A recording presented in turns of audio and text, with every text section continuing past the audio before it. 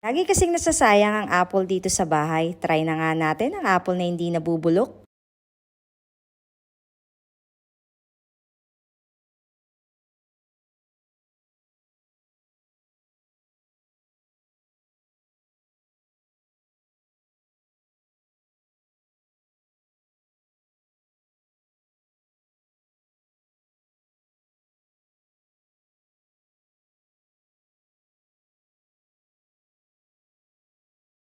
Lagi kasing nasasayang ang apple dito sa bahay. Try na nga natin ang apple na hindi nabubulok.